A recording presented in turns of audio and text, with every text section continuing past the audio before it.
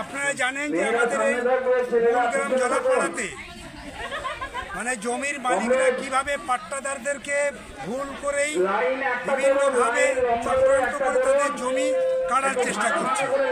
গরিব মানুষের জমি কাটার জন্য মালিক পুলিশ নিয়ে চলে আসছে, এখানে বিডিও আসছে, বিএলআরও আসছে।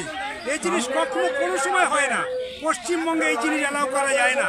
পশ্চিমবঙ্গ হচ্ছে গণতান্ত্রিক আন্দোলনের পীঠস্থান।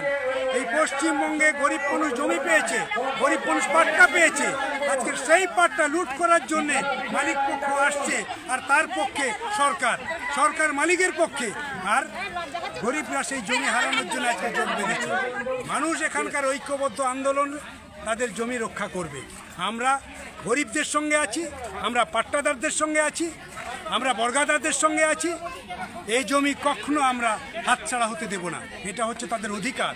এই অধিকার কখনো আমরা কাটতে দেব না। সেই অধিকার রক্ষার প্রশ্নে আজকের সারা ভারত ক্ষেত মজুরি ইউনিয়ন, দেখেছেন আমাদের জেলা কমিটির সেক্রেটারি সে প্রথম দিন থেকে এখানে আছেন। আমাদের জেলা কমিটির অন্য সদস্যরা ক্ষেত মজুরি ইউনিয়নের তারা এখানে পড়ে আছেন।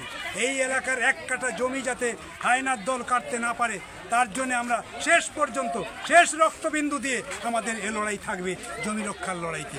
তাই আজকের আমরা এখানে একটা সভা করেছি। আজকের এই মিছিল হচ্ছে, কিছুক্ষণ ধরে মিছিল হবে। আগামী দিন এ লড়াই চলতে থাকবে। আইন দেখাচ্ছে ওরা, আইনের লড়াইটা আইনে হবে, কিন্তু জমি ছেড়ে আইন নয়। জমি যাদের আছে তাদের থাকবে। আইনের লড়াইতে তুমি কিভাবে এই জমি ডাইভেস্ট করেছো সেটা আইনের লড়াইতে দেখা যাবে, কিন্তু বর্গা কিংবা পাট্টাদারদের জমিতে তুমি কখনো পুলিশ নিয়ে আসতে পারো না।